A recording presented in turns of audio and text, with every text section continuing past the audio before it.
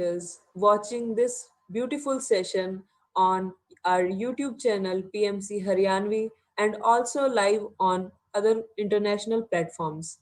Today is the fourth episode of our Quantum Life, where there is a collaboration of Ayurveda, quantum, and pyramid energy.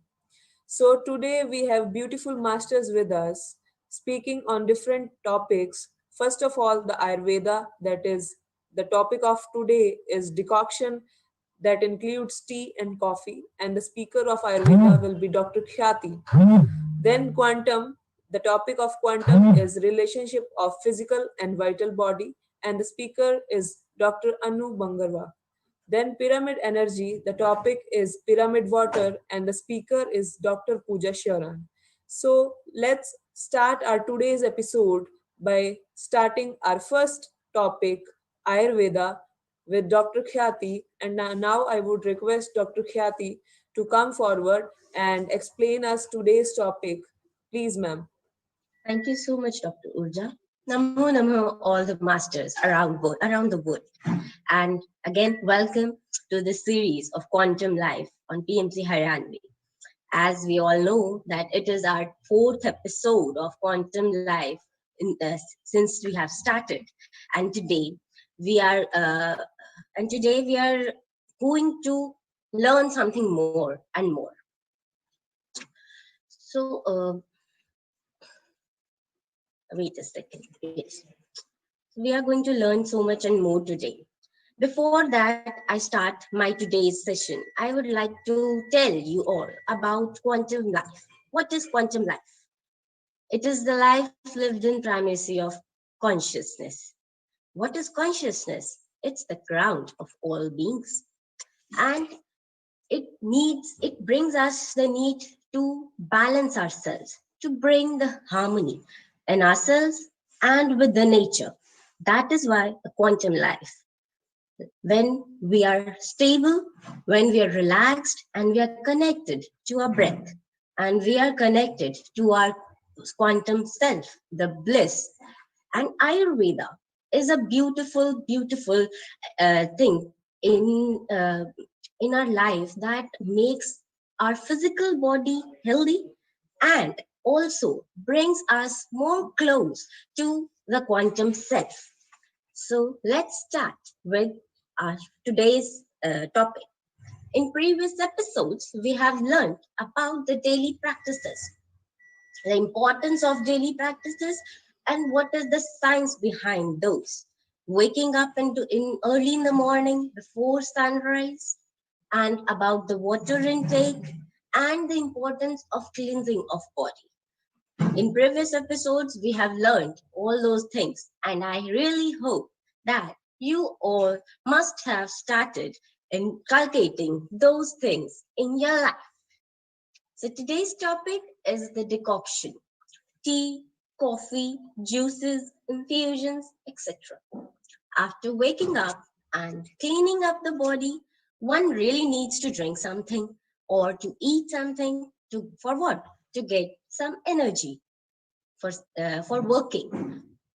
So mostly they are tea, coffee, juices, infusions, or antioxidant water. So what and how one should drink those? Is there any science behind those? Of course, if there is a science behind cleaning up of a body, waking up early, then why not eating or drinking? For sure. Let's go and learn.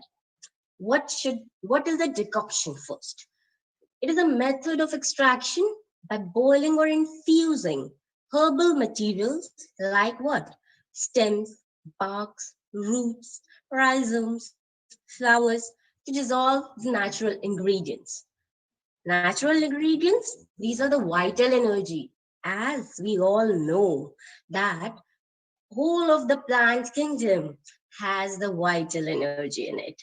And that energy, if we get those energies, we are really into a balanced situations. So we have to be vegetarian. Plant-based diet is a very, very important need in this present hour. as it provides us the positivity, the positive vital energy. For what?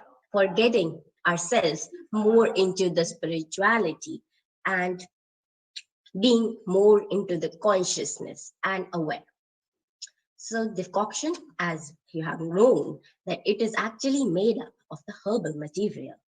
And these all decoctions, and these are of 5 types according to Ayurveda. And they are called as Panchavad Kashaya Kalpana in our text, in our age-old Indian text. So whatever you drink, whatever you take as a beverage, it is a part of this Panchavad Kashaya Kalpana or a decoction that you drink every time. So understand. Now, the science behind no to breakfast on pet. Why one should not take any kind of breakfast or tea or coffee or anything on the bed before cleaning up your body. Taking breakfast or tea, coffee, juices, antioxidant water infusions before cleaning up your body. What is the cleaning up of your body? It means you have to clear up your bowel systems. You have to clear up your mouth. You have to clear up your urinary bladder. You have to clear up your all the vessels, and otherwise it will create various problems, health issues that we are dealing today. These all are nothing but the lifestyle disorders. And this is a lifestyle. And into those various health issues, headache is the most common one. Do you know behind the science behind it? Let me tell you. When we wake up, when we are sleeping at night, our body, physiology of body, our body functions are being done, and all the food we eat, all the nutrition is all the food we eat is processed properly, and it is divided into 2 parts: nutritious one and the excreta. So when the and these excreta are forced to the vessels, big vessels, either it be the intestines or the vessels of eyes or the nose or the mouth or ears or the urinary bladder. They're forced to be there. Why? Because in the morning you have to clear it up. Just take an example of your home. You live in a home and you have to clean it up on a regular basis. But if you do not clean that on a regular basis, what happens? Accumulation of the dust, accumulation of the waste. So much of the dust and accumulates around your home if you do not clean your home on a regular basis. This similarly, that thing happens into our body if we do not clear up our body systems. We do not clear our vessels. And this is the most common problem in this present scenario. We have to clear it up. And if you're not clearing up and eating or drinking anything, any kind of tea or coffee or taking breakfast or biscuits or any kind of things without clearing up our body, what happens is that these vessels, which have a bundle of excreta waste inside them, they tend to accumulate into the mucous membrane of our internal organs. And when they accumulate, our mucous membrane start become hardening, and it creates various kind of different health issues, like IBS can be there. In further chronic conditions, constipation can be there, more or the colon diseases can be there, and so much of the acidic reflux problems can be there. These all problems are not because of anything else, but because of our lifestyle.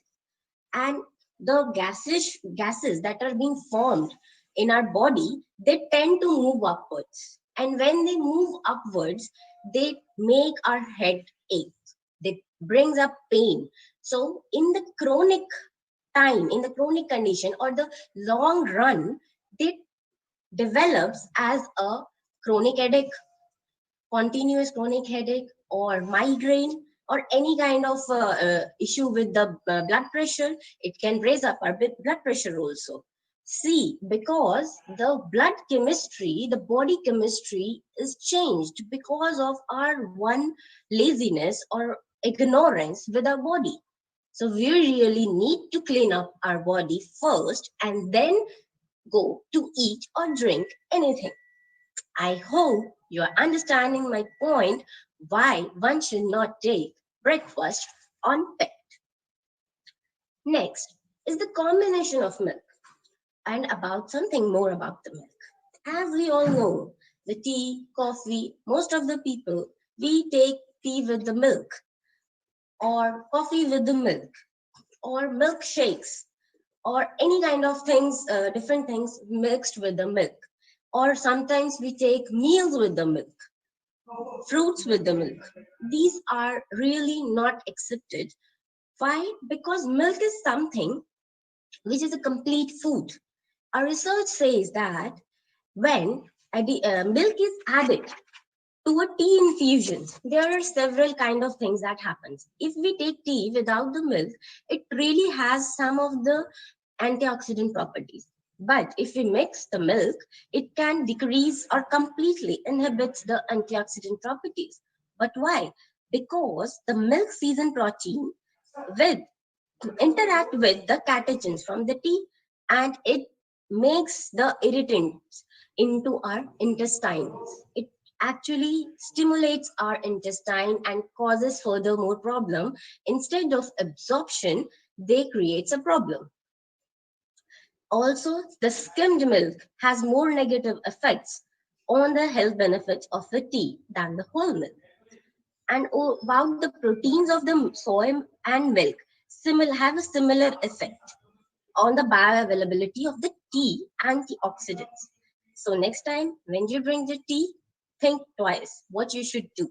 You should, even if you cannot leave 100% of the milk, just start decreasing its amount in your life. If you are drinking tea 4 to 5 times a day, reduce it. Or a coffee 4 to 5 times a day, kindly reduce it because it is not giving you that much health benefits. I think you should understand this point and start inculcating in your life. Also, milk should not be mixed with fruits, lemons, oil, radish, salt, yogurt, etc. Why? Because each of these things are somewhere the potency of these fruits or lemons, are different, and the milk is a complete food. And if you mix it with some other entity or fruit or anything, the digestion of the fruit of the milk becomes more difficult. It complicates. It is a very bad interaction. So do not mix it with anything. Milk is a complete food. Try to take it alone, not even with the meals. If you take food with the meals, it is not going to digest. Your food will not digest, neither your milk will digest. It will be a incompatible diet. And incompatible diet will create further health issues. Kindly, next time, think about it. And also, I would like to tell you something more about the milk. Why milk is so much appreciated in Ayurveda. It is said that taking pure milk will help in boosting up the immunity. How? The immunity, we say, as in mentioned in our age-old text, the immunity or the oja, it has the same qualities that of the milk. I have given you the reference of the age-old Indian text, Charak Samhita. It says that the oja or immunity, it is something that has the same qualities or characteristics just as the milk have.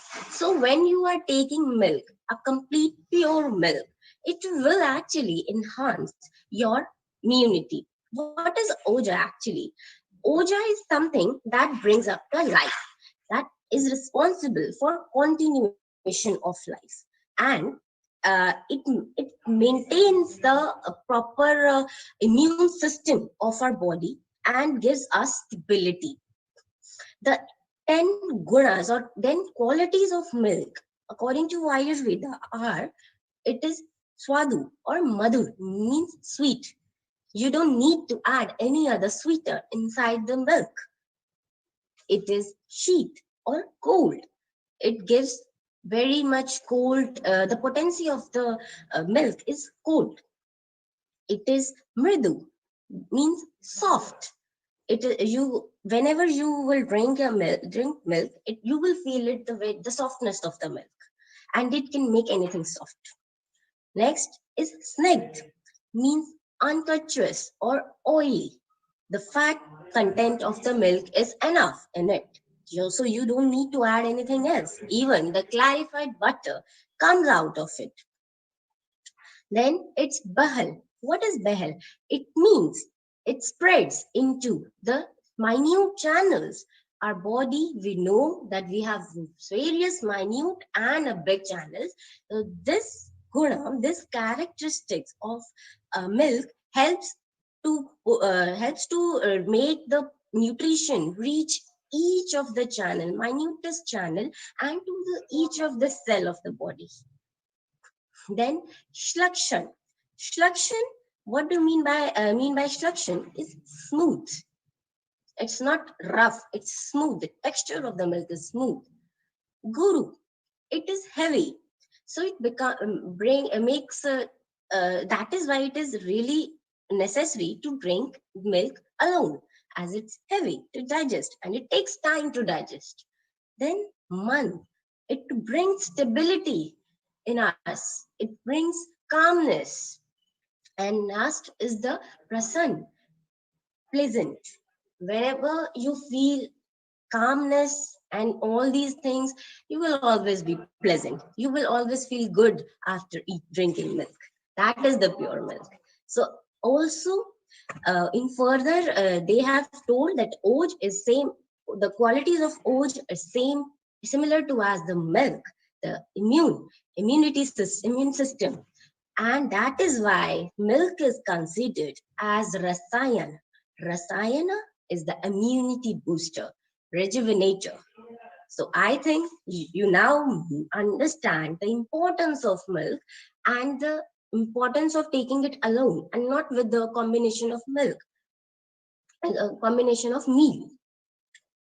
Next, drinks of different seasons.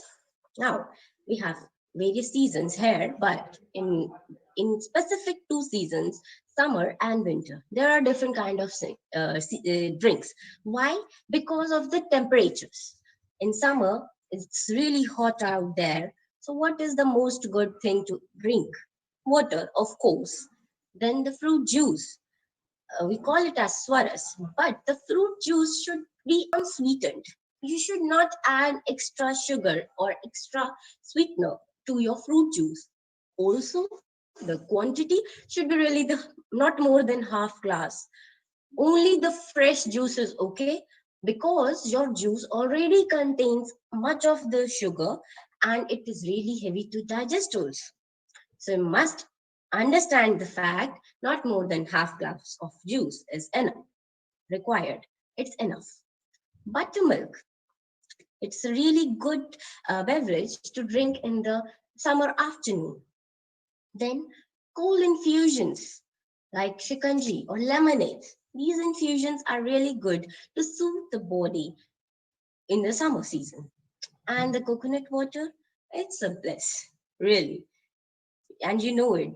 It's such a bliss that it brings so much soothness and so much calmness and so much of the cool pleasantness into our system in the summer season. And in the winter, what kind of drinks in the winter? Lukewarm water. Of course, water is the necessity. That is why we should save water. And tea, as told you before, coffee, but not in that much amount. Take it's only 1 cup a day. It's enough. And the warm milk. You should always boil the milk. Don't drink like only the cold milk. No, you should warm it. And while you are having warm milk, you can have only milk. That is okay. No unsweetened milk. Also, you can add turmeric, 1 to 2 pinches of turmeric along with boiling. While boiling the milk, you can put 1 to 2 pinches of turmeric. It's also a a very good immunity booster. Number two, 1 piece of cardamom can be added while boiling.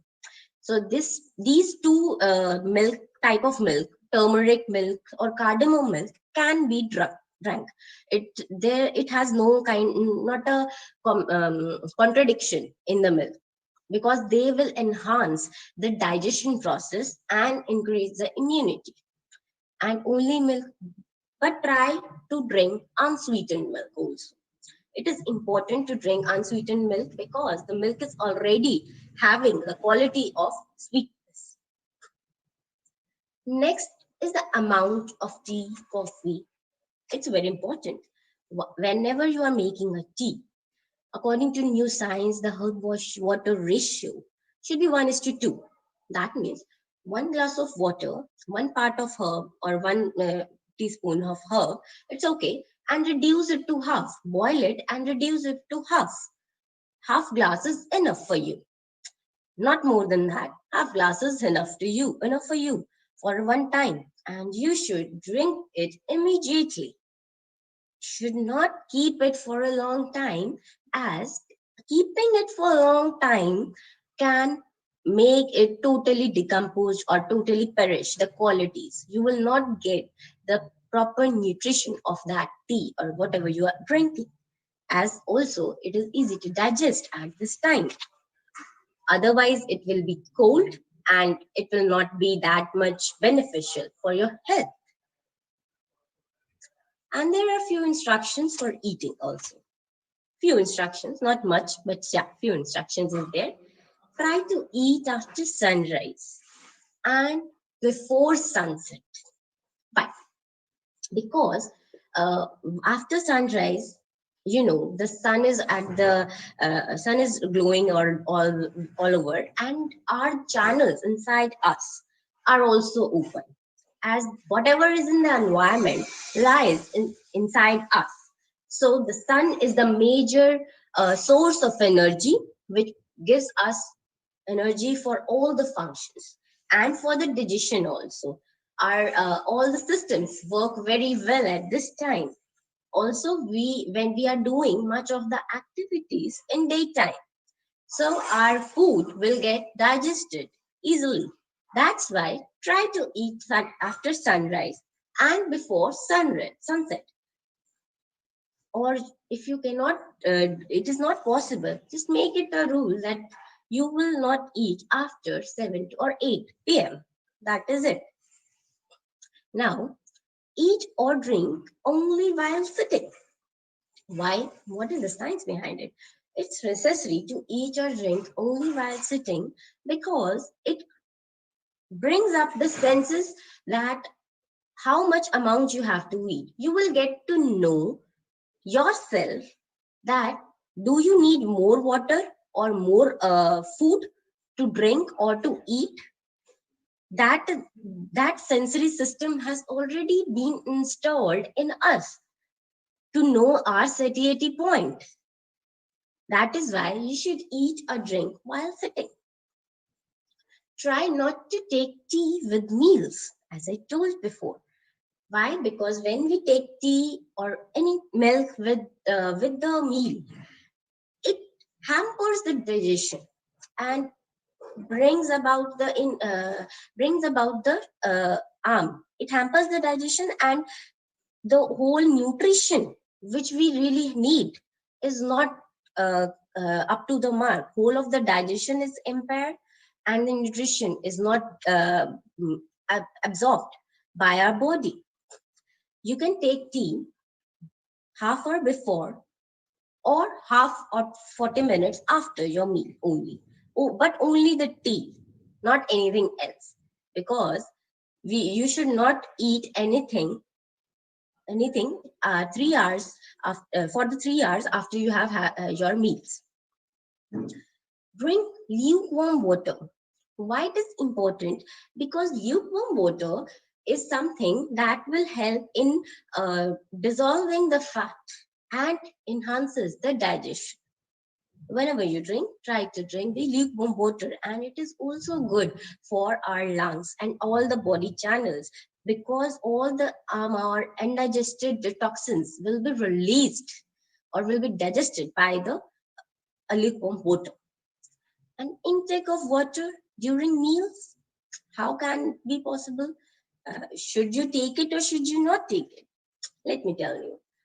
If you want to reduce your weight, you can have water before meal.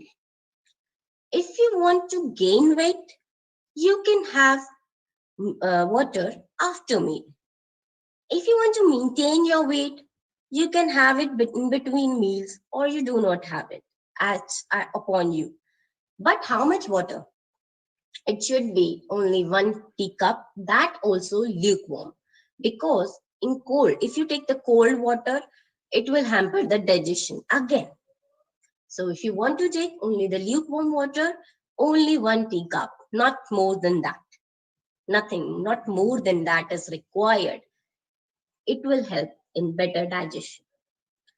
So I will conclude my today's session of quantum of decoctions with this message that you become what you eat. We all are energy beings. We all are vital beings. We all are cosmic beings. So we have to increase our positivity, our consciousness. So we have to be vegetarian. We have to explore vegetarianism and be a vegetarian. So in next episode, we will discuss more about something about the medicinal decoctions. Till then, thank you so much. Namo Namaha. Thank you so much, Dr. Khyati, for a knowledgeable tour to decoctions. I hope many of us will be benefited with this. And also, I have one Patriji's quote here. Patriji says, "We are not the biological system that we see in the mirror. We are energy, wisdom, consciousness system." So I would request you all to take a very good care of yourselves and also include Dr. Khyati's knowledge in taking care of yourself, so you can make a great system of energy, wisdom, and consciousness. And also, as Khyati ma'am said, that we are energy beings. So keep meditating and be a vegetarian. And now let us dip into the consciousness with the quantum knowledge. So I would request Dr. Anu Bangarwa to come forward for the quantum topic, that is the relationship between the physical and the vital body. Dr. Anu, please. Thank you so much, Dr. Urja. First of all, I would like to say thank you for to all of you for being there. So today I am going to represent on the fourth day of Quantum Life. Thank you, Khyati ma'am, for representing screen. Thank you so much. Quantum Life, episode 4. We all are going to know about relationship of physical and vital body. Let's know the taste of first two layers of 5 layered cake. We all can imagine right now that a 5 layered cake, how it look like. So here we have a image on screen. So we can see, if we can correlate both the thing, the 5 bodies of consciousness. We all know that there is a level, there are some points on our body that is, we can say, at the upper level bliss, the supramental intellectual level, the mental level, the vital body. Here comes the vital body, and again the physical body. So the 5 bodies or 5 layered cake. We can correlate the both the images right now. So how it look likes and how the things are there. Screen of the 4 bodies, the physical body is public and experienced as external. It is called the gross. The other 3, vital, mental, and supramental, are private and internal and are called as subtle. So this is the physical body we are talking about. Next screen. The vital body. So the vital body belongs to a separate subtle world and contains the blueprint of form making, how it forms, how it designs the body. So it's the vital body, form that carry out the fundamental vital functions, the context of living. In other words, the vital body provides the body plan of the organ of the physical body that plays out the vital functions in space time. So this is the vital body we are talking about. So the framework is called the vital body. Next, ma'am. Any sensitive person knows that when we feel energies. Traditionally, this energy is called by names like prana in India, chi in China, or just simply vital energy in the West. So the concept of vital energy was discarded in biology and medicine because of the implied dualism. If we are feeling the energies of the movement of the vital body, how does the vital body interact with the physical? And because of the advent of molecular biology, what it seemed that we could understand everything about the body through the chemistry of DNA, etc. But DNA alone cannot explain everything about our body. Some aspects of healing. So this concept of vital energy is well explained. So talking about DNA alone cannot explain everything about our body. Or in when we talk about healing, we can't just we can't just explain it through the DNA researching and so on. Like if we talk about any example, as every physician and patient knows, often healing requires vitality or vital energy. So here I want you to all assume a conversation between a doctor and a patient. So doctor want the patient to get rid of his disease. So there is a mutual understanding going on between the doctor and the patient. That's necessary. But healing requires vitality or vital energy. Vital energy is not the product of body chemistry. Chemistry is local, but the feelings of vital energy, the feeling of being alive, is quite non-local. So here is a big difference between local and non-local. But where does vital energy come from, if not from the movement of a non-material vital body? So this is the point of discussion. Going to the next slide, please. For example, let's talk about fear. Fear Fear क्या है? What is fear? So fear is a feeling that is connected with our survival instincts.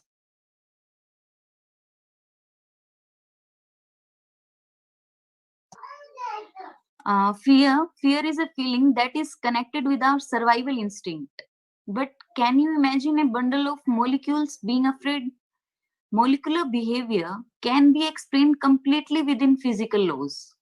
Like so many researches have been done to understand the molecular behaviors, how they are working, how they in the physical laws we can understand all these things without giving them the attribute of fear. Fear is vital body movement that we feel, and concomitantly a vital program to help consciousness guide the cells of a physical organ to carry out appropriate vital functions in response to a fear producing stimulus. So although this is fear we are talking about. Nextly,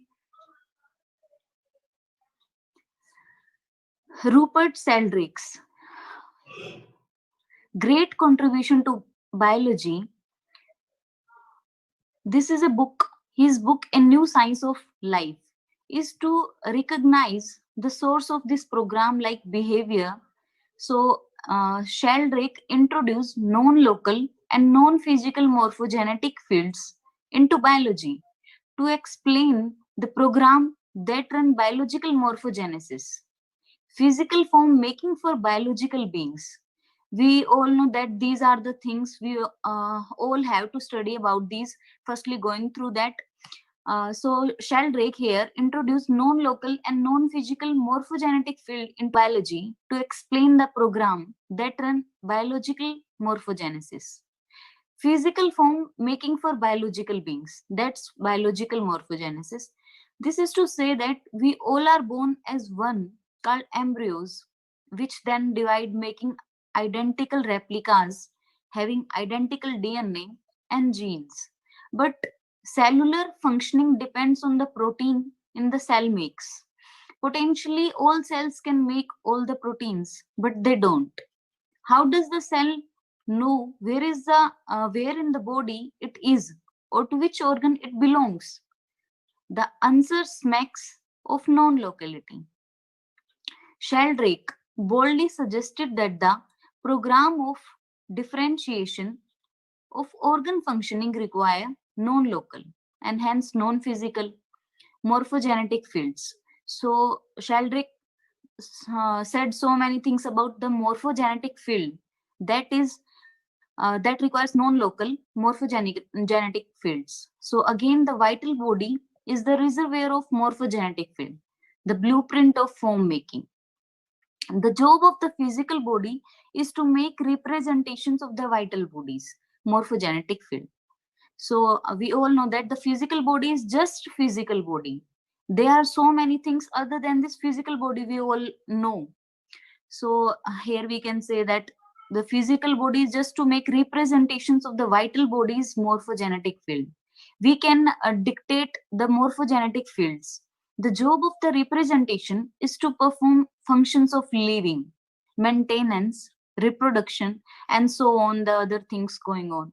The job of the vital blueprints is to help program the physical for carrying out the biological functions. So these are the vital blueprints we are talking about, and the other, the body's morphogenetic fields. Again, going to next slide. So the vital body, physical vital body, these are separate things. So the vital body is needed. It has the original blueprints, the morphogenetic field that the physical body's organ represent. Once the representation are made, the blueprint help run the program that carry out the functions of their organ representation. Where the organ reside, where it going to subtle down, the representation maker or the programmer is consciousness. The consciousness is here to decide, is going to program the things, how the organ going to function, how everything is going way by way on their own steps. Though here consciousness uses the vital blueprints to make physical representations of its vital functions that are codified in its supramental body, a body of laws and archetypes. When consciousness collapses a physical organ to carry out a biological function, it also collapses the vital blueprint. So there is a little disturbance in consciousness, everything is going to be collapsed down. So this is a vast topic. Here is the consciousness playing a vital role. Consciousness collapses a physical organ to carry out a biological function, then it also collapses the vital blueprint. The movement of the vital blueprint that we feel as a vital energy of a feeling. So here vital energy is playing a great major role in this thing. So a relation, these are the correlations between vital body and physical body, how the vital energy is going to affect the physical body, how it going to affect the biological functions. So this is a major role played by vital energy and vital body. Keep, so here I'm going to say all of you to keep meditating and feel the vital energy in you, how it flows down, how it going to affect you. Just representing the thing and understanding quite a way that consciousness plays playing a major role in our life.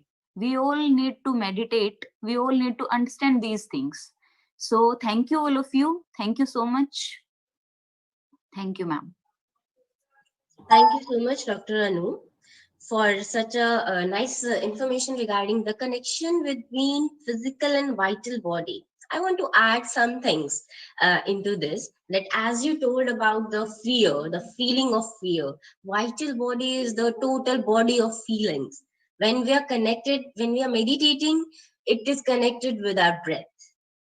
And it's really a beautiful thing to understand that consciousness chooses what we are. This physical body is the result of the choosing by the consciousness, and when it chooses, it the quantum collapse happened, and the supramental body and mental body worked, and further the vital body got this instincts, got the signals, and then it made the morphogenetical fields. I really feel very interesting to talk about this, that all of our organs, all of our physical organs have a morphogenetical fields around us, and these fields uh, from these fields are the blueprints, and that is why the regeneration process or the generation process happens from a single embryo.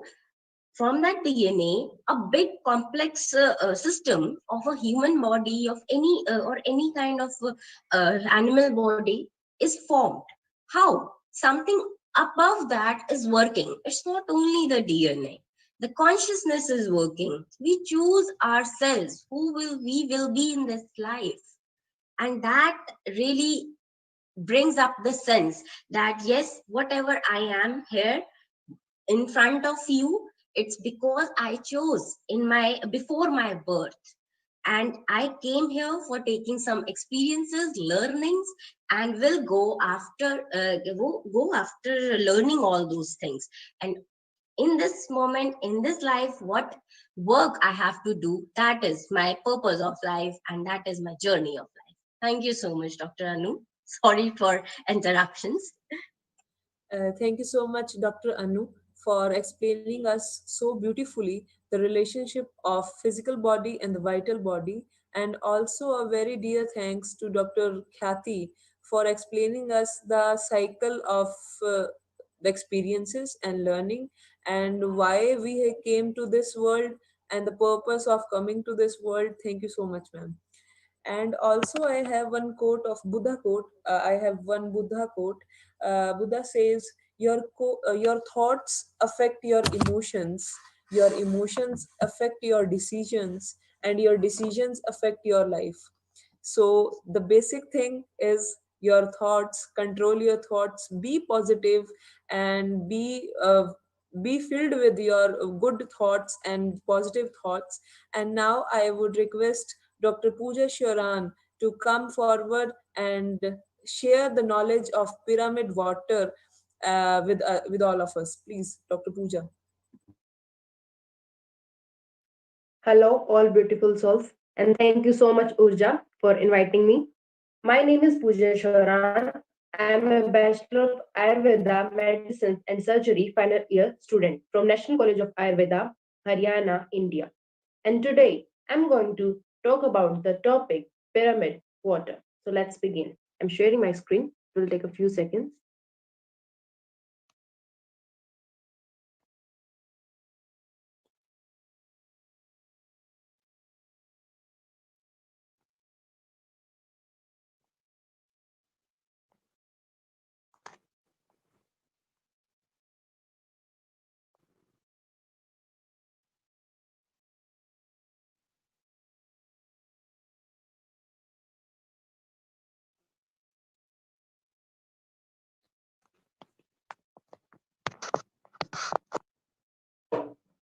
So our today's topic is pyramid water.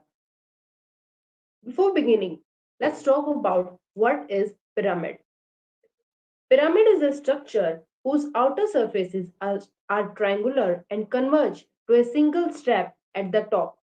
It is a combination of two words.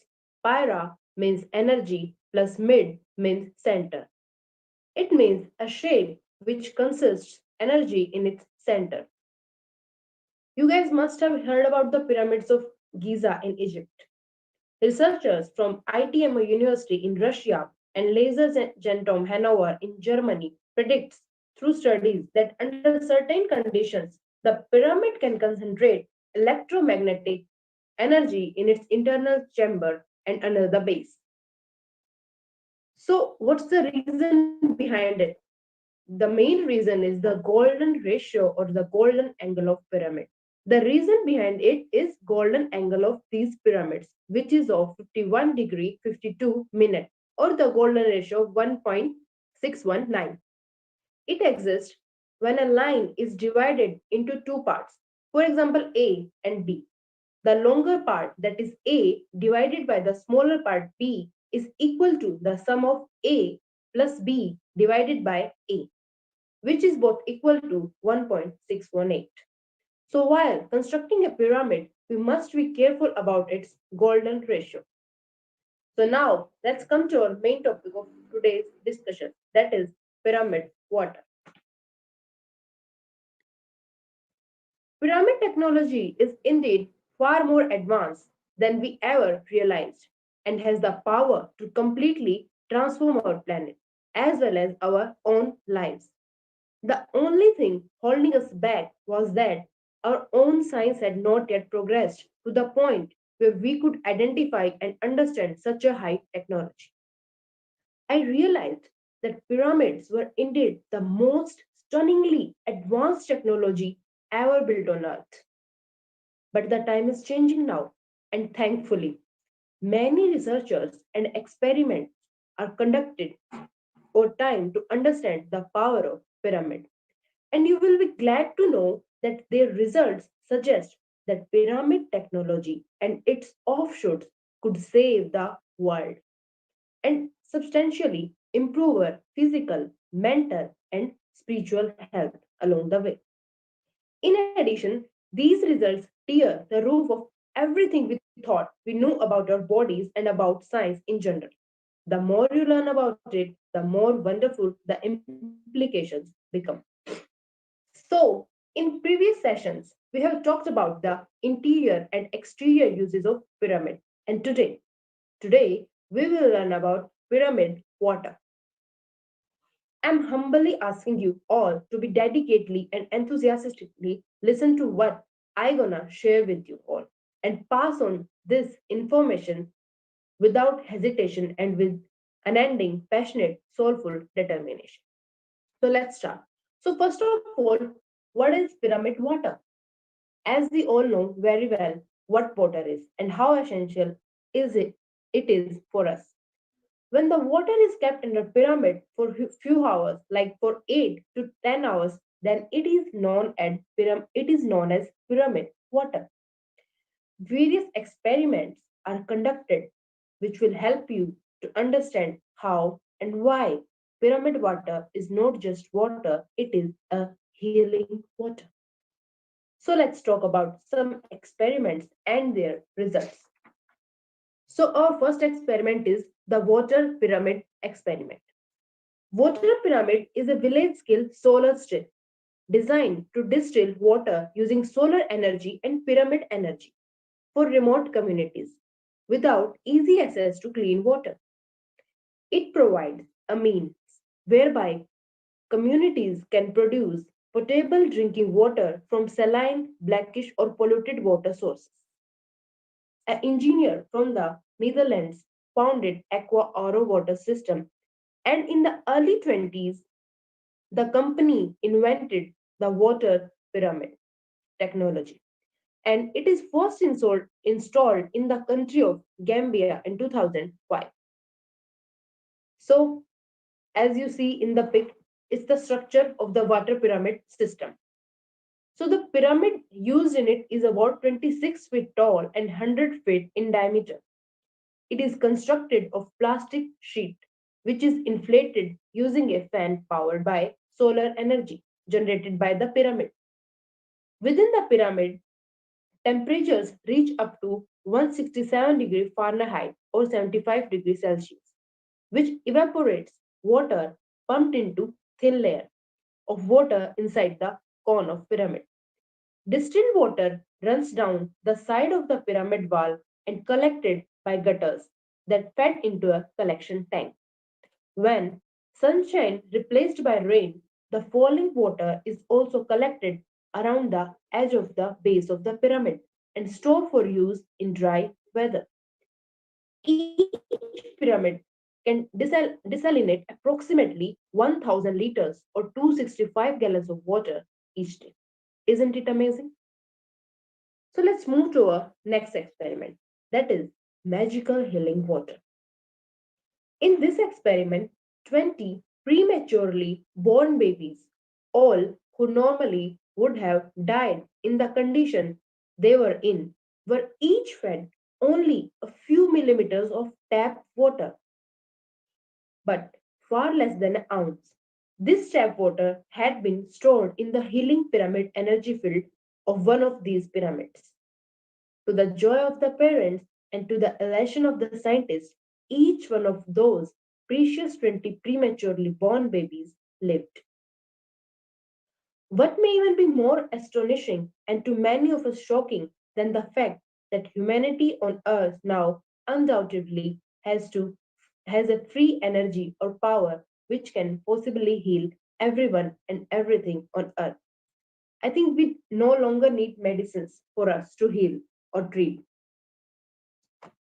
Our next experiments are: a municipal administration built pyramid over a well, and surprisingly, after it, strontium and heavy metal polluting the well water vanished quickly. In a similar experiment, water wells loaded with salt with the pyramid built by it were soon also pumping up clean, salt-free water. In several experiments, water kept under pyramid remain fresh for a longer time than usual. It generates the capacity to heal various diseases. So, the pyramids have the capacity to protect us from hurricane, tornado, typhoon, and bad weather big storm. Russian scientists, using especially sensitive military sensing equipment similar to radar, called a military locator, tested the 44-meter high Russian pyramid. They found a 500-meter wide column of energy around the pyramid in a circle, going straight up and down, more than 2000 meters tall, as well as an also much bigger 300-kilometer wide circle formed around it. This, this 300-kilometer healing pyramid power energy field deflected all hug storms and severe weather conditions, causing them to go around rather than pass through this area for a protective radius of 300 kilometers, forming an almost 200-mile natural protective bad weather shield. So it's concluded that pyramid is a natural protective bad weather shield for us, and we can use it to protect ourselves from natural disasters like hurricane, tornado, storms, etc. Our next experiment is a 22-meter high pyramid built by Saligar Lake in Russia soon revealed that new streams of water appeared in the surrounding countryside. Isn't it amazing? Similarly, the results are observed by Anil Sinha sir in Pyramid Valley, Bangalore. So, pyramid water, when used in sowing, suppressed the early growth of plants. The pH of the water held in a pyramid changed compared to the normal. A threefold increase in the rate of decomposition of hydrogen peroxide was observed when an aqueous H2O2 solution was held in a pyramid. These changes confirm that pyramids have a positive effect on water. So it's time to do it. What my advice is to you is conduct the experiment of pyramid water at your home and see the results yourself. You can put water filled utensils under pyramid or put a pyramid over your water filter or build a pyramid over your water reservoir tank. And yeah, no need to worry about the material used to construct or build a pyramid. You can make it using bamboo sticks, PVC pipes, iron pipes, cement, etc. Anything. Just be careful about the golden ratio or golden angle of pyramid. If it is made according to golden ratio, it will be beneficial. There is no role of the material used. And thank you. I'm grateful for your precious time.